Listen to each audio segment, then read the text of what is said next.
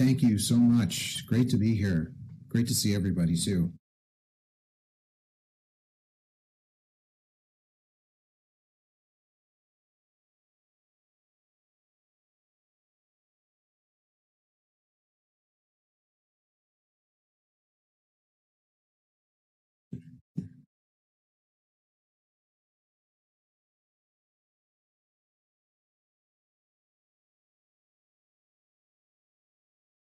In saying that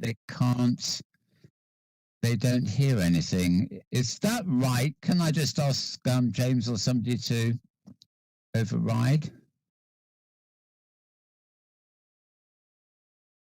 Right, this is all a bit odd. I can hear you as well, but it is a little low, I guess. I am low. Okay. This is look. I'm obviously being hit.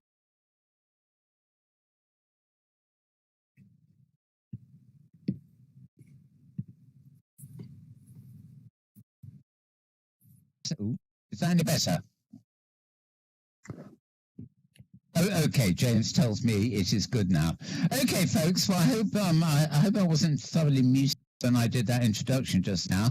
Anyway, it's my pleasure to welcome Spiff Whitfield to the 5th anniversary celebration for his winning the Thinkerer Award. So I'll just summarize like that. Welcome, Spiff.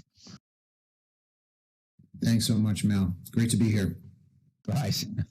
Hopefully we can have a conversation without interruption. But interestingly enough, before we go into the 5-year thing or whatever, you've been quite busy here this year as well. A day before yesterday, you had a wonderful thing with acronyms. I was a bit miffed about the OBE. Have you know? But and also yesterday, of course, you gave a talk which I have sadly missed and able to catch on ethics. So you're not just here for this show, are you?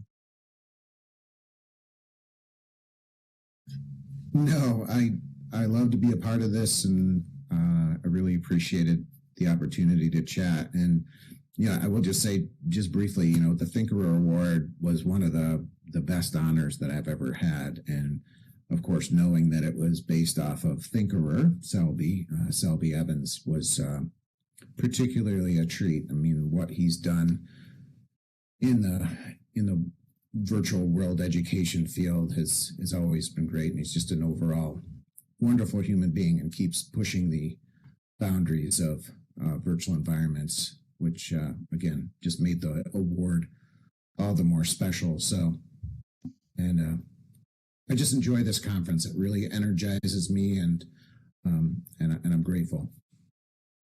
Wonderful.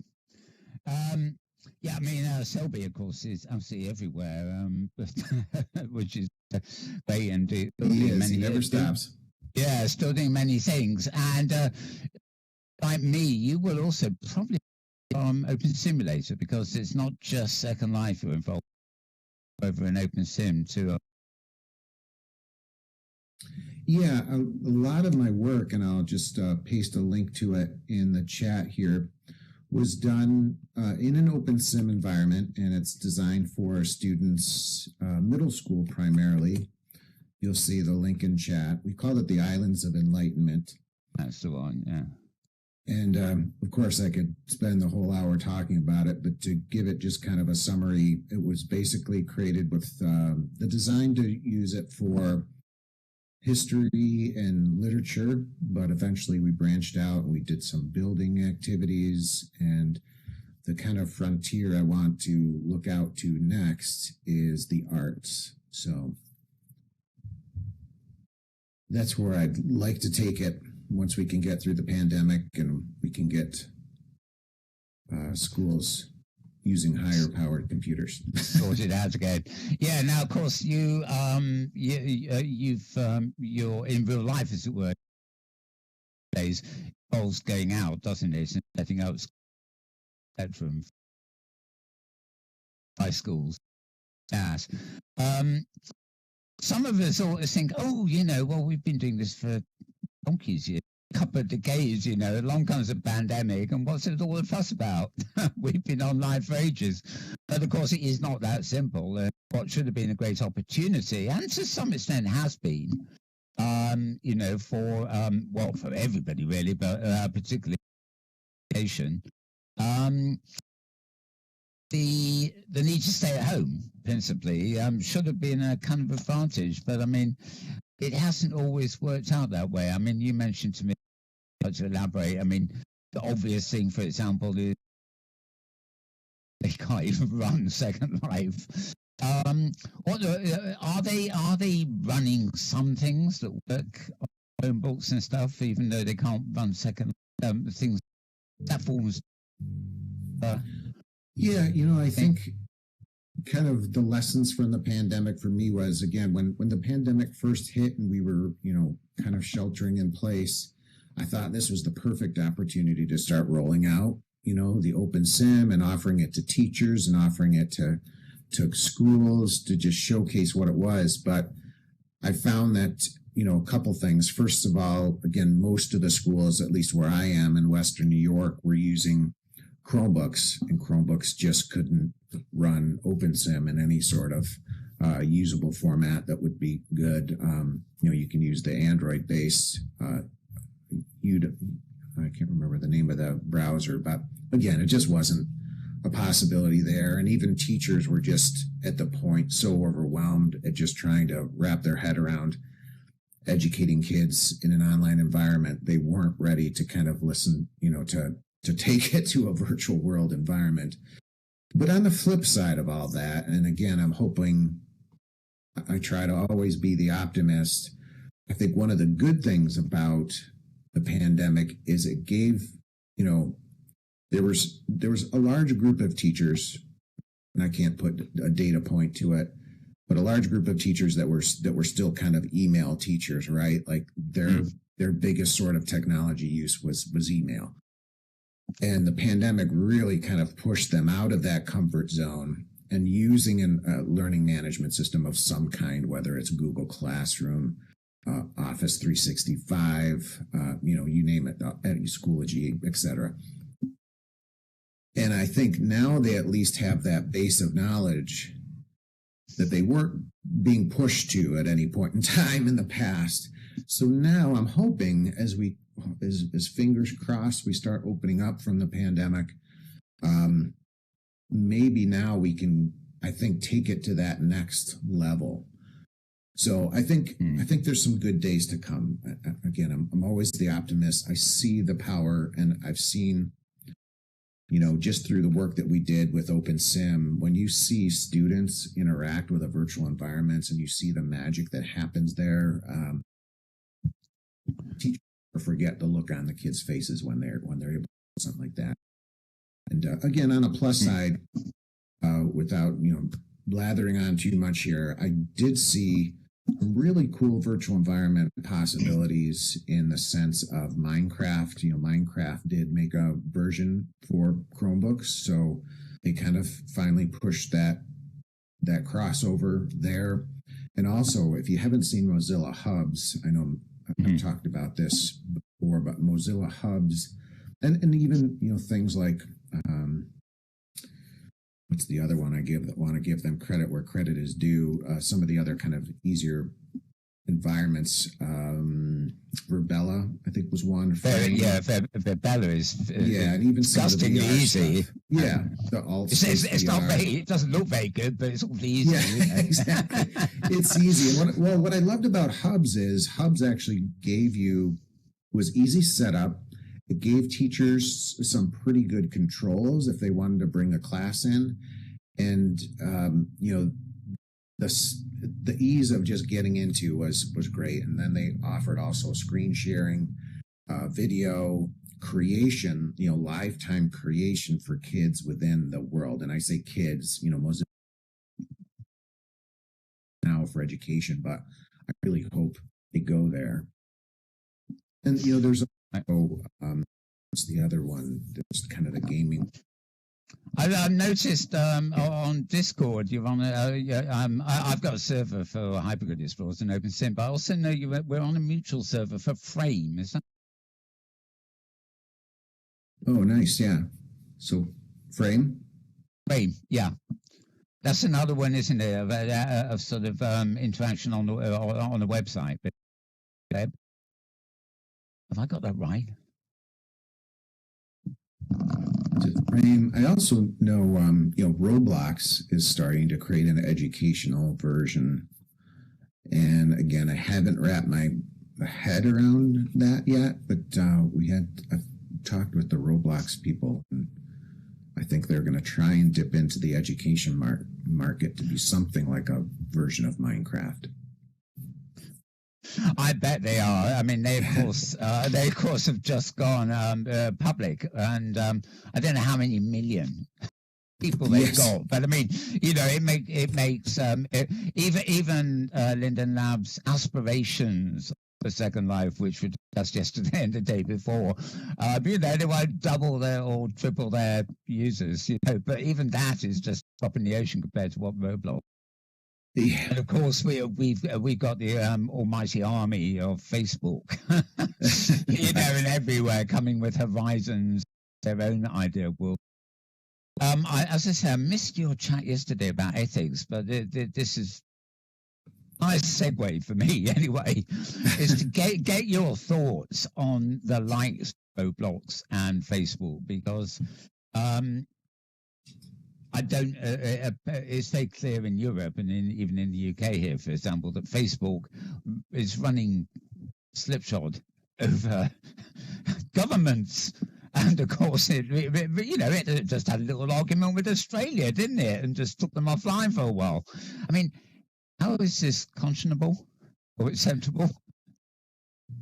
Yeah, it's certainly something that I think, even me as someone who's a pretty tech savvy person, the data piece that we didn't, I guess we all assumed they were taking data, and they thought maybe it was just helping us pick out which shoes we'd like, but they're using the data to then, manipulate us. So, which is a big concern. And I know in New York State, where I live, they've just come up with what's known as Ed2D law, which requires all of these educational tech companies to sign off that they're not going to collect student data, personal identifiable information. So that was put in place to start addressing that. And it has brought the tech companies around a little bit, but it's also opened up our eyes as to,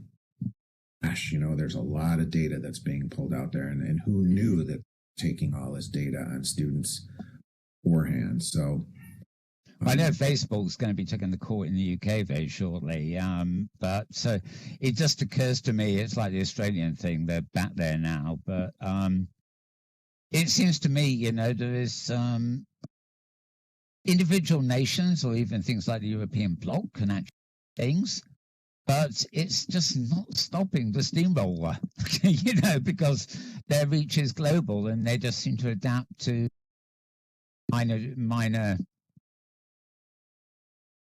territories. So it's I don't know. I mean, the other issue when we're talking about ethics, I maybe treading on what you about yesterday, is actually the increasing, I don't want to sound too authoritarian, but the behavior of people themselves in the virtual worlds, as opposed to the management of the, and the operators of them. You can say all you like about Facebook, but a lot of the problems with fake news and stuff like that has been themselves and the exposure they get. It always see that person who behaves badly, to put it mildly, always seems to get more mileage than the person who's just quiet in the background. I mean, just but do you think we're moving into a thing where places like Second Life here, which are actually walled gardens but still run by corporations, or maybe even in OpenSim, there's going to be compelling or whatever that are going to start governing, the events that happen in them that maybe aren't being governed? I mean, especially for kids, of course, generally. Yeah, that's a big question, and I don't have a really good insider's information on that. I wish I did. And certainly, Second Life has become what we all hope is an adult space where you can be creative and do adult things. And you hope that those things are you've got some privacy here, but I think y'all. I don't know. I'm going to leave that over to you. Yeah, it's a loaded question about how I do come up with these things. Yeah. Because I think, like everybody, we're just concerned about some of these, so we don't have this.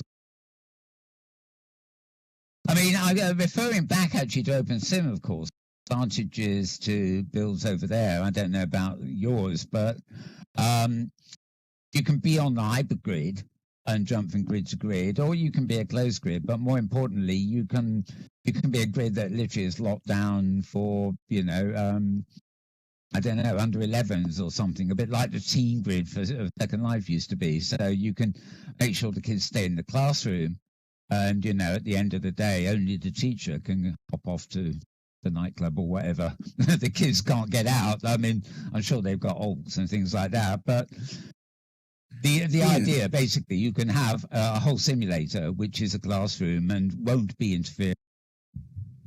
Yeah, and that really was a great advantage to us as an education, is we were able to put the OpenSim, software onto our own servers and be able to manage it and protect it and keep student data, protected. And that really was the key for education. And then we didn't have to worry about, the big entities out there. So, and that's what I'd really love to see with something like Hubs, is the ability for you to put it on your own servers rather than a server that they maintain.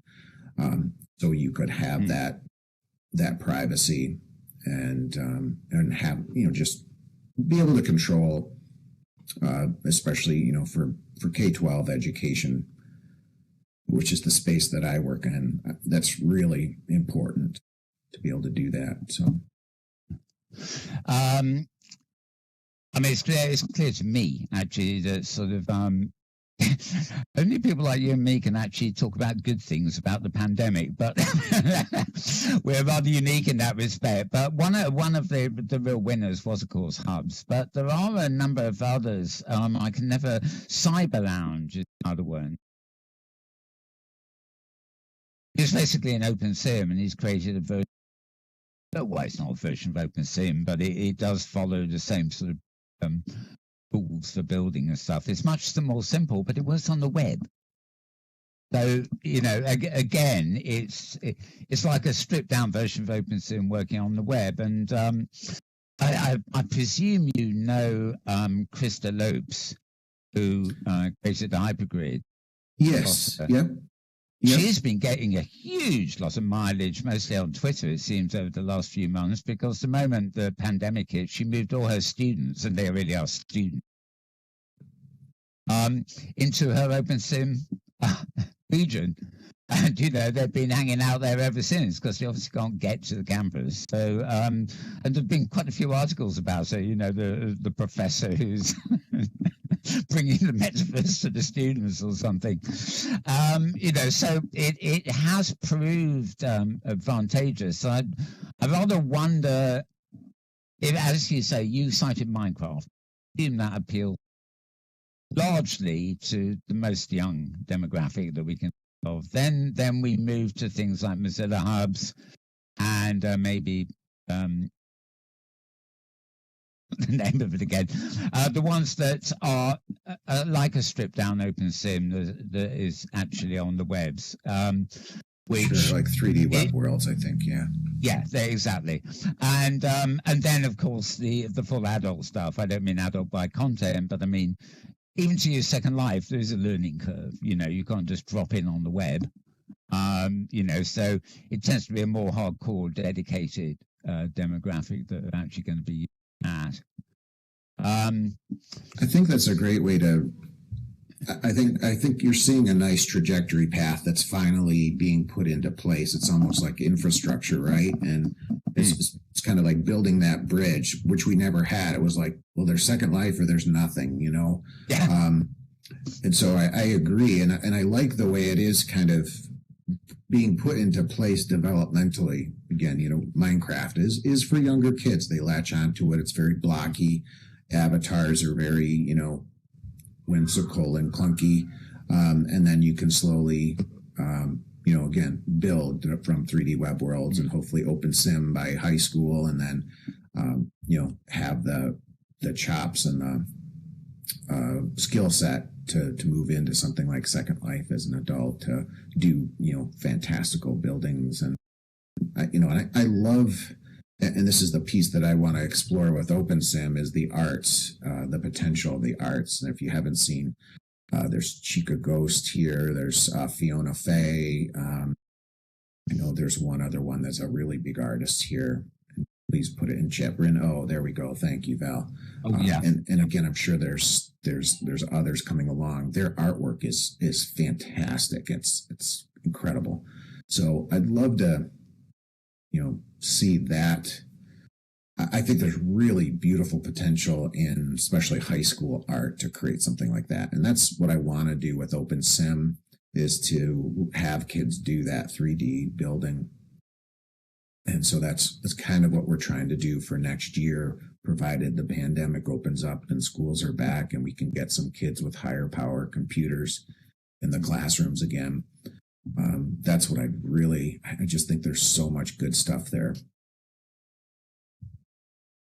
I think what here in Britain, when the pandemic hit, it took them a long while, but with the kids being off school, especially for the underprivileged, the government finally started shipping out laptops and tablets. But it was, they said, oh, well, every kid will get a laptop or a tablet, as if they were the same thing and could run the same software. And of course, the schools themselves actually had no idea really how to cut a lot of classes then. They were simply trying to get conventional education that they tend to get given, you know, remotely.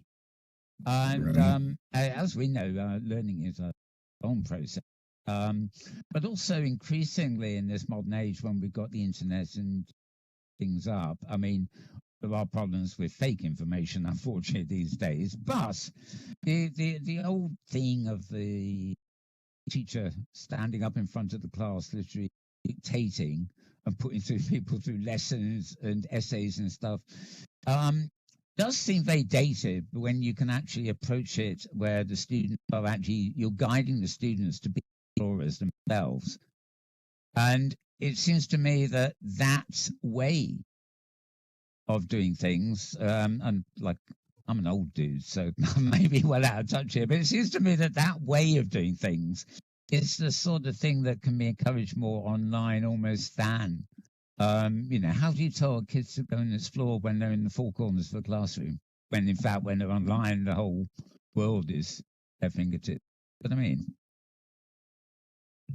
Yeah, and I think there's some, we had talked about this earlier kind of offline, is that there's some really good potential that I think is also, we can start hopefully reaping some fruits from, and that is esports is starting to get some traction here, at least where I live, and I'm sure it's kind of branching out. I know Microsoft is putting a lot of initiative into it. But when you say esports, you're referring to the out of home kind of thing. Like going to an arcade and putting on a helmet and lightsabers. Or, you know, schools are getting, you know, the goal is, of course, is to have schools have a dedicated kind of gaming lab with some higher powered computers and microphones. And then, you know, it's actually taught where, in like sports, there's a coach that helps kids with strategy and teamwork and then competes against other teams, which I think, again, I'm hoping this is again, silver lining, I hope, from esports, is that it'll also allow for kids to do some building and designing of, because I think the creation is education comes along, or a different avenue for education. But also, I mean, there's so much that's being digitally created. I mean, watch any movie now, most of the actors are acting in front of a green screen, and behind them is an amazingly detailed environment. So, and that requires artists and game designers. And so I think it's a win-win all the way around. It's a win in the sense that it gets kids creating. It's a win that some higher powered computers. And even Chromebooks, I think, are getting to the point where they're becoming robust. And, again, that was, I say, video killed the radio star, and Chromebooks killed the virtual world star. Killed something about it, didn't they? Yeah. They didn't kill Facebook yet. They might have made a dent in Microsoft, but... I also want to, somebody mentioned the West Side Story thing that happened at Virtual World's Best Practices last night. So that could be another avenue of interaction as well, if we could develop virtual worlds where you could see a show that allowed you that immersive. There's an awful lot. There's a bit. The Royal Shakespeare Company in Britain are running a thing at the moment, which mixes RL footage with virtual footage and stuff, and can only be viewed online. But I think you can view it in real life, or will be able to at some point. But at the moment, it's the whole mix is only done virtually, and Sundance Festival, I think. So I've always thought, personally, that virtual worlds, machinima, the things you can do here, actually probably have a lot more in common with theatre than they do with cinema. It's almost like our Sims are stages, and we're actors within them. And, it's very freeform, sure, you can go with the script direction involved. And it's no surprise to me that theatre, people can't attend for real at the moment, are actually relying very heavily on it could be actors and sets. Or it could be, different methods of technology. I think that Mandalorian, for example, wasn't so much filmed against a green screen, but the entire thing was filmed in a green box. So they weren't superimposed, the whole set had been actually built inside, this sort of box. And it's not too far-fetched to think that at some point in the near future, a member of the public will be able to go to an event like that and step in virtually box and an actor, or at least environment that is being projected out as an entertainment. But this, of course, I mean, obviously, like every new thing, that would have potential for education, though it's not, it's general thing there. And I also, I can't actually see the whole world of students, especially kids, actually being equipped with headsets, which it's a trendy thing rather than the big thing at the moment. I had a news earlier today where somebody is releasing some software or something that can actually bring a tactile keyboard into 3D, but they mean into the headset, so you'll be able to type normally while you're in 3D instead of reaching blindly for a keyboard you can't use. So, all this... Well, I think another possibility, and it kind of links two of the things we talked about, which was, the arts and an immersive type exhibit, and art museums as well. And again, that links to what I wanted to do open sim-wise. And I don't know if, for those of you who've been there to the Peel Museum, I put the link in chat here. It's a really nice destination if you want to take a look. Because of the pandemic, the museum was closed. It's the Peel Museum in Baltimore, which has, I can't remember the first two names of Peel, but he was an early American artist, did a lot of paintings, especially George Washington. So no one can come to the museum, so they recreated it in Second Life so you could see the paintings as well as talk to the curators and learn about the history of the times as well as the artists. So it was a really cool, counter balance, for lack of a better term. And moving back then to your both your projects in OpenSim and here in Second Life and stuff. To what I presume there's a bit of both, but I'm kind of wondering about the balance of it. To what extent are students kids creating as part of the learning process, and how much of it is just passing on, curating the process of learning from your point of view? Because you mentioned art, for example. Presumably, when a kid attends an art class, they have more equipment available online to make their own art with, to put forward. If you see what I mean. If I don't know, if I had an educational institution, I was actually teaching kids. I mean, obviously, one half of it will be telling them things that they can do. The other half would be letting them get on with it. And it's a bit similar to what I mentioned about exploring. But do you have any examples of where kids or students are actually creating art for you on places? So in our OpenSim world, one of the kind of wonderful learning pieces that came out of that for us as educators is the first virtual world we created was a recreation of the Anne's Frank annex. Oh yeah, right. So that was again a really powerful historical piece. What we were afraid of going into that is our kids going to see the Holocaust and specifically Anne Frank's existence in the annex? Are they going to see that as just a game? Like, we didn't want to walk away thinking kids didn't do that. And we did. Just the last project for all the kids who do that is first they create an exhibit in our kind of Holocaust museum, which gives them that creative element. And then the last piece is that they write an essay that goes into a reflection candle in the museum so that other kids can read their, their reflections of the unit. And that's where we said, like, wow, like they really got it, because the essays were well done. They talked about Anne's experience. They talked about the Holocaust. They talked about all of the elements that we wanted to make sure that came out of that. So we kind of breathed a sigh of relief when that started coming back. So that told us that kids can learn through virtual environments and in powerful ways.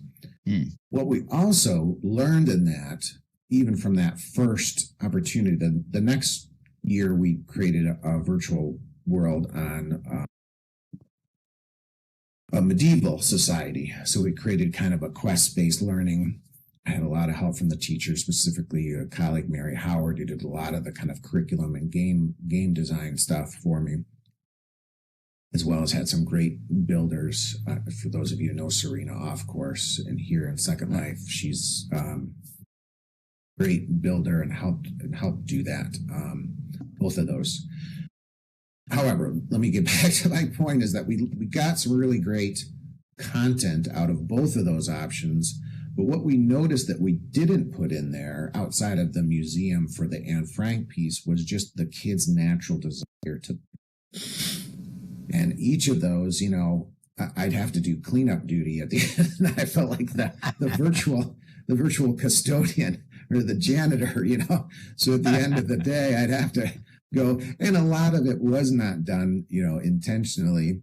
It was done just, first of all, they'd go underneath the canal in the Anne Frank build and build something underneath the canal, where nobody could see it. Obviously, I'd find it after the fact. But again, what we saw from that was that passion to build is so powerful that we had to harness it. So I know this is kind of a long way around what your question was, but the next year we were like, we have to do something where we just let kids build. And so locally here in where I live near Buffalo, New York, there's a Frank Lloyd Wright build.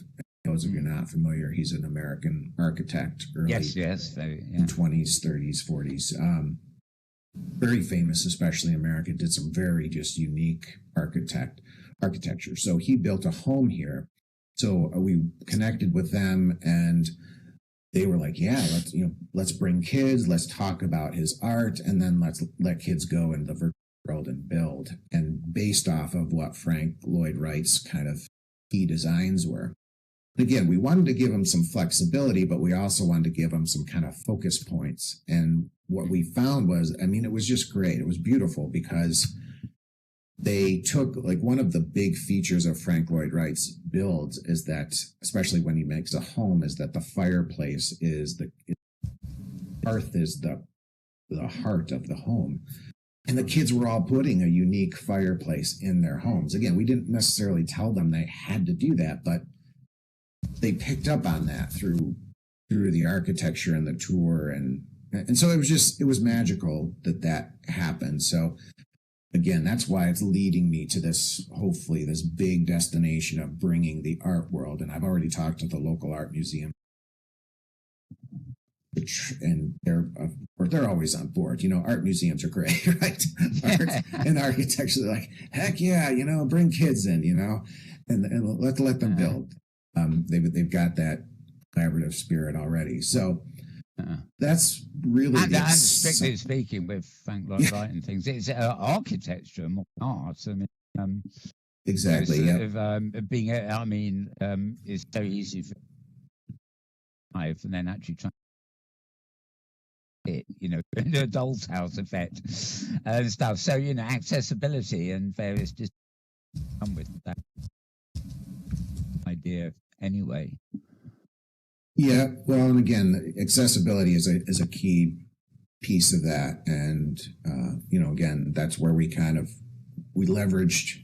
When we started the project, we got technology through a grant, and since then the grant has run out, and that's always the challenge. And computers don't stay good for forever, so for more than about a year, in fact. And So. How involved have you been with things like video and maybe even software?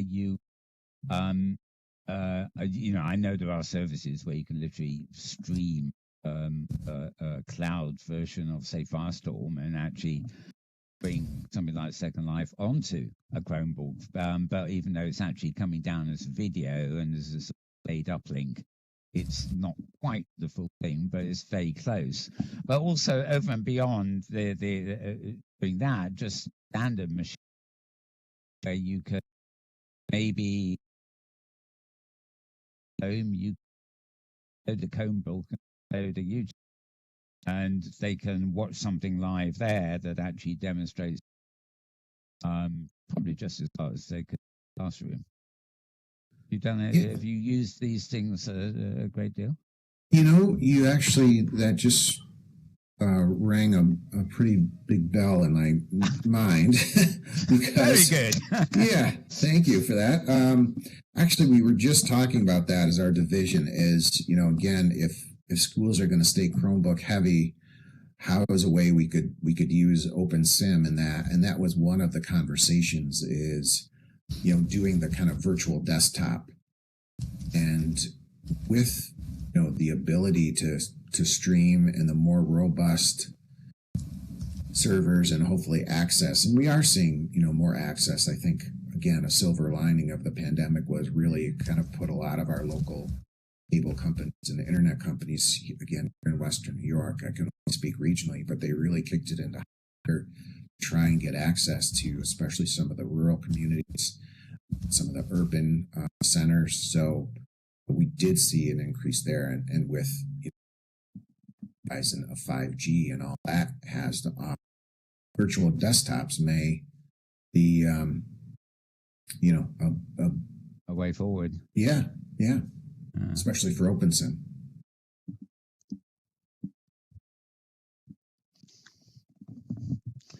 Okay. I'm going to now. I'm going to go back to the sort of reason we're here. The 5-year anniversary of you getting the Thinkerer Award. What changes? I mean, probably particularly Second Life, but all over the place, really. What changes do you think you specifically seen during that 5-year period? Changes that you've witnessed, but also maybe changes that Again, differently I think, or whatever. I think kind of our conversation has maybe provided a timeline of what's happened in the 5 years. So 5 years ago, I was coming off just creating the kind of first OpenSim virtual world. And again, what was so magical about that was that the story was powerful, right? The story of Anne Frank is still the heart of that. And I love that. I love that project because that really was a tribute to Anne Frank. And I wanted it to be that tribute. Again, we were very hopeful that the kids would get it, right?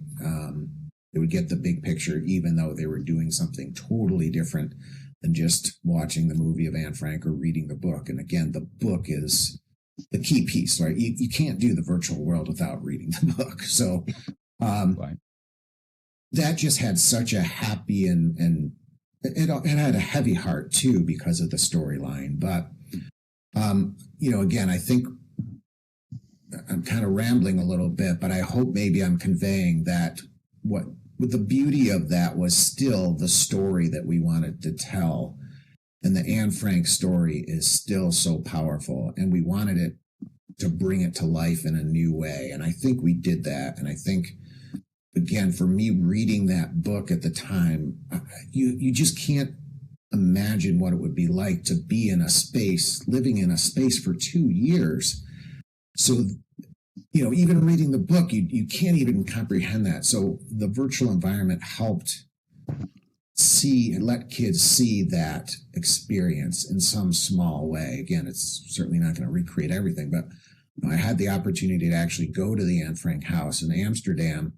There's no furniture there, so when you see the house, you're seeing kind of the empty shell of the house. So the virtual environment actually brought a huge component that even if kids went to the house, they wouldn't see. So,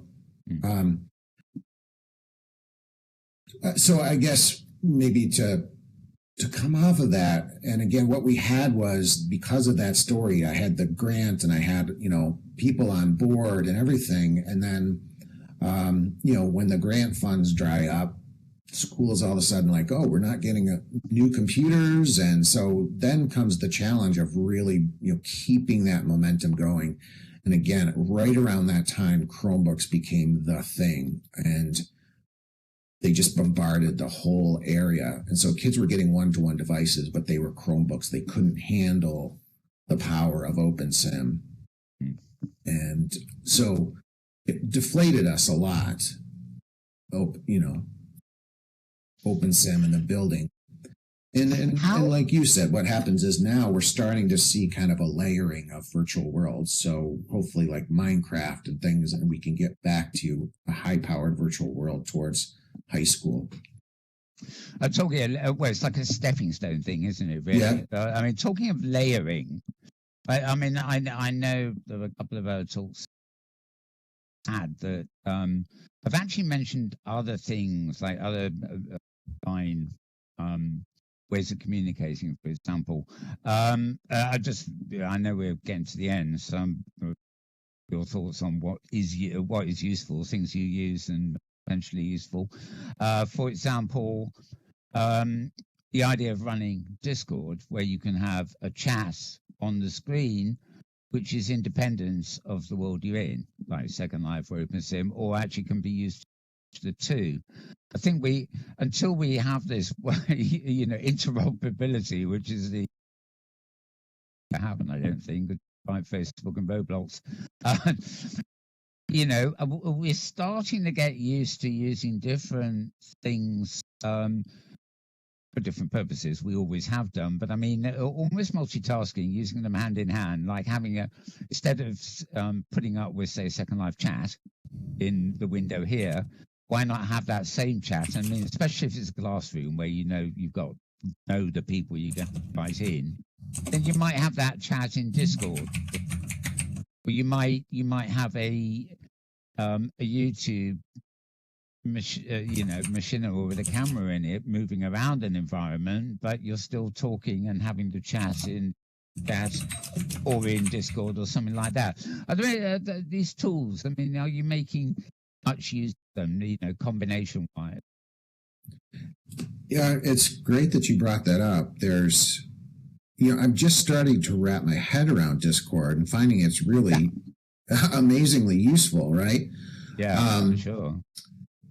And it's, I'm sure many people remember Ventrilo, like that was like the precursor.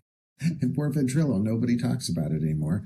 But Discord has just kind of taken on this really cool opportunity. You can share screens, you can do voice, you can join groups, it's become very powerful and robust. And, one of the things in OpenSim, when you tried to enable voice in OpenSim, it really kind of sucked a lot of bandwidth, and we just couldn't run it side by side. And to be honest, with students, we wanted to stick with chat rather than voice because, first of all, we could print a transcript of it. If any kid wrote something inappropriate, we had it and it was connected to their avatar, whereas voice is a lot more difficult. But then also,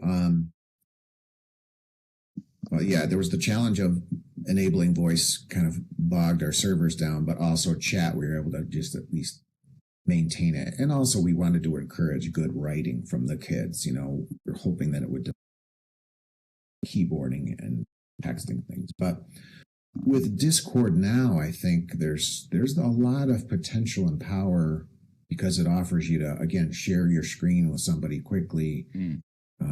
Again, join a collaborative group, and then to be able to have that conversation outside of the, it actually combines a lot of things. I mean, there's not the clubhouse is the elite invite only. You've got Zoom. They can hold fun. It almost overshadowed the moment the pandemic starts. Everybody's Zooming, which I'd never heard of, and nobody's Skyping anymore. Which I thought was a ubiquitous thing. Discord was begun for gamers, and I think that's helped it because it's introduced from that base. The idea of the clubs they still refer to things, when you're creating rooms and stuff like that, and they've introduced all the extra communication on top of that base, which is really just the idea was one person could be in one game, one person could be in the other, but there's a gamers club called Discord where you can chat to, and you can actually plug Discord in to Second Life so that it appears as an overlay. It's still separate, but it's in the preferences. Yeah, and I just want to say, I know our time is kind of running to a close here, but closing Virtual thoughts, Pioneers. please. Yeah, Virtual Pioneers is a group that I've been part of really since I started in Second Life, which is a culture and history group, and I'll paste the link in chat as we leave. But we're going to be using Discord. Yes, I was just using Discord for that group. So our next meeting, we're going to actually take a tour of the virtual world's best practices tomorrow night and the exhibits, and we're going to use Discord. So we're looking to go with that frontier. So hopefully you make sure I've got an invite for for whatever server it is. I've got hundreds of servers, and of course I run the hypergroup one. But that's as you said, it's such a useful tool. Well, you're quite right. We are running out of time here. I keep guessing it's now. Yes. So thank you so much. Yeah. Any closing thoughts you've got that I haven't covered or stuff? That you. Well, again, I'm so appreciative of this conference. You guys do such wonderful work, and it's great to see people. It really is like a true colleagueship, I guess, and wonderful to see people again. And we haven't got a screen. We haven't got a screen up or anything like that. But what's the easiest way for people to get hold of you, website wise, or? The easiest one is Coffee with a Geek. So I'll put that in chat. And oh, that's a coffee with a geek, right? That'll probably give you the most information about me, and then I'll put my About Me page in here as well. Yeah, I like that, Coffee with a Geek. That's a good one. That's definitely a good one. I wish I thought of that one. Very good. Somebody's just moaning in, sending me an IM saying, "What's your YouTube channel?" It's VWBPE for this, or if you're asking for me, it's Mal Burns. Okay, Spiff. Well, excellent having you here. Yes, great to be here. The last 5 years has been you well and good, and involved. And look forward to all the stuff to come, really. Who knows? Maybe we'll do 10-year anniversary. I'd love it. It's been a true honor. Yeah. And for me as well. Okay. Well, with that, folks, I guess we're going to sign off. I'll leave it to Dream to take our silence as a cue. So, thank you. Thanks, everyone.